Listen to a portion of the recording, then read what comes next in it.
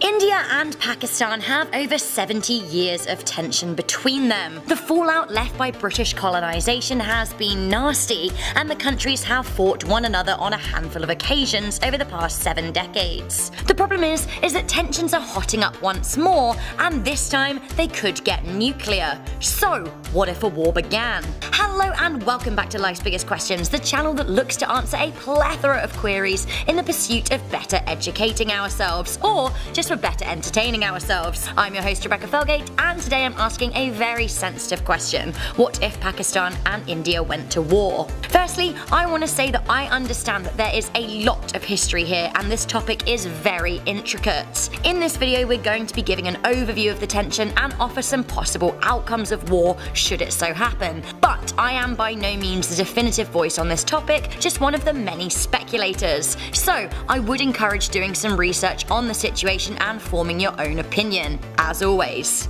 Let's keep the comment section a friendly and productive space, and if you like discussions like this on this channel, then please do hit that thumbs up button and click on the notification bell to be the first to hear a big answer. Stick around to the end of the video where I'll be reading some comments out from a previous one. Okay, let's do this. Firstly, I want to give you some context to the tension. The landmass of India, Pakistan and Bangladesh all used to be part of India. The people living in the large expanse of land, like people living anywhere in the world, hold different religious beliefs. The two majority religions here are Islam and Hinduism, but the country also contains a lot of Sikhs and Christians too. The British began colonising India in 1612 and held official rule since 1757. Objectively, the British manipulated the religious divides of the Indian people to their gain in order to delay focus on freedom, a classic maneuver. Eventually though, the British left India, but not without dividing it up in what is known as the Partition of India. This went down in 1947. India was split into West Pakistan,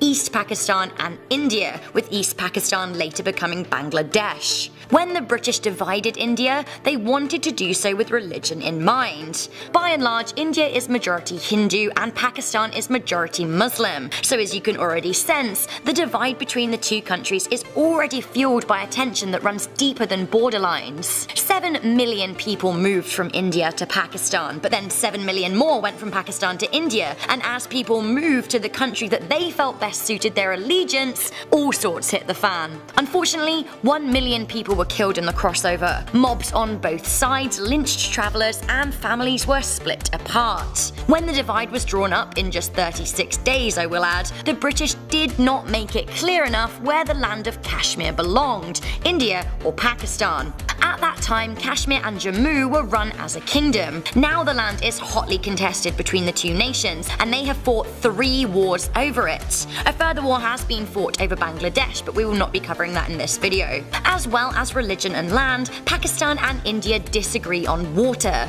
During the partition, the British allocated water sources to both nations in the Indus Water Treaty, which refers to rivers running in the Indus Basin waters. The treaty was clear that neither could disrupt one another's water supplies. However, the treaty was unclear in other areas. While the treaty made it clear that neither could drink one another's water, they could use it for irrigation and agriculture. India's economy has been greatly lifted by the hydropower they have generated using these waters, but Pakistan is annoyed as they think that this is diminishing their own flow, and the Pakistani gross domestic product does depend on this water. So, water, land, religion. While the two cultures do share a lot of cultural similarities, these 3 key issues are enough for them not to see eye to eye, and they are understandably extremely sensitive. In regards to water, if the two did go to war, the Indus Water Basin would be an area of even more tension. If either tried to disrupt the other's supply, there could be millions of lives at stake, and each would jeopardize one another's economic standing. The land issue has always been there in the background, but as a result of the 2019 Pulwama attack and the subsequent bombing of Pakistani territory, to which Pakistan have lodged a complaint to the UN, things are just getting even more tense. Like I said, there are a lot of intricacies here, but the main thing the world is concerned about when it comes to these two nations is that they are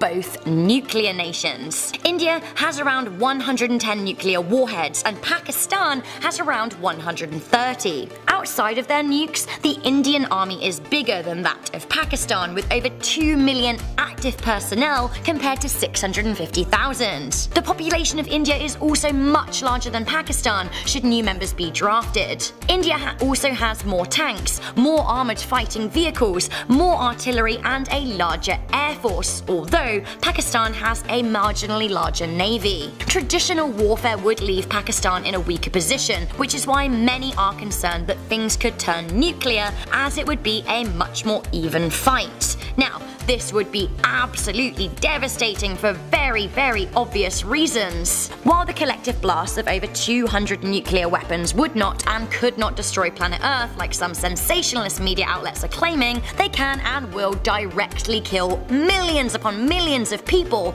and that number could indirectly add up to over 1 billion when factors such as poisoned water sources and soil from nuclear fallout are considered, and the knock-on effect on the worldwide economy. This would be an utter disaster, after which point the albeit legitimate complaints of each side will seem totally insignificant. The fighting, of course, is never just done between two warring states either. Pakistan and India have their own allegiances. Pakistan has a close relationship with Turkey and Iran, whereas India has allies in Israel, Russia, Afghanistan, Bangladesh, France, and the United States of America, which make things pretty icky in terms of world politics. As you can tell, India is in a better position in terms of having some pretty big players on its side, so if tensions did erupt, it really wouldn't look great. Also, massively worth considering here are the religious connotations. The West, Israel and Russia ganging up to bash down Muslim Pakistan, this would further enhance religious tensions across the world,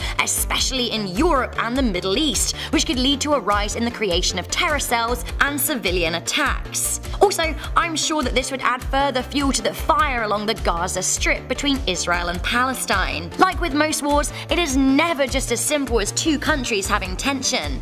War always picks on a lot of old wounds. One fire between India and Pakistan could start a number of fires across the globe, and how long until we burn the whole house down? Ultimately, millions if not billions of lives could hang in the balance as an eruption into hot war becomes a possibility. I for one am massively aware that the tensions are complicated and built on decades if not centuries of history, but I strongly hope for the benefit of mankind that a peaceful resolution can be sought. Okay, I think we're going to end this one there, but of course there is still much to learn and discuss, so I really hope that you read and watch more on the topic and get educated for yourself. A change of direction just to round off this video, I'm going to be reading some comments from one of our most recent videos, What is the deadliest substance on Earth? You guys seem to love it. This is what you had to say. Now, a lot of you were asking for me to sing Britney's Toxic, and like, do we need a poll for this? Shall I do it? Yes or no? Yes or no? Catcher Gossip said, what if all of the super volcanoes erupted at the same time? Oh my goodness, I don't think I want to be around to see that. The Goddess of the Multiverse said, what is the deadliest substance on Earth?